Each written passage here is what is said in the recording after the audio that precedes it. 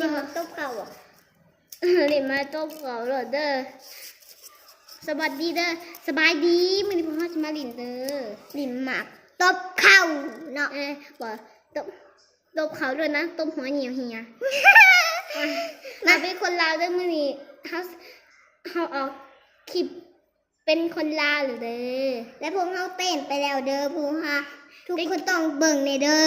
โอเคบอโอเคปะ แชะนี่เอาซ้ำไปนี่ชิง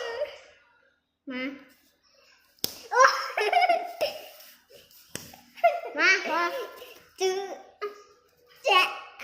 แจ๊ะ ดึ๊ดดึ๊ดดึ๊ด แฝะจ๊ะ มันนี่คอยจะต้มหัวจะลูกเดี๋ยวเจ้าอย่าห้ามต้มต้มเลยนะ เชี่ยเชี่ย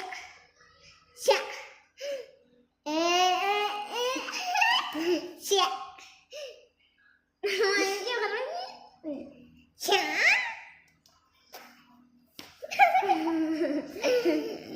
เชี่ยเชี่ย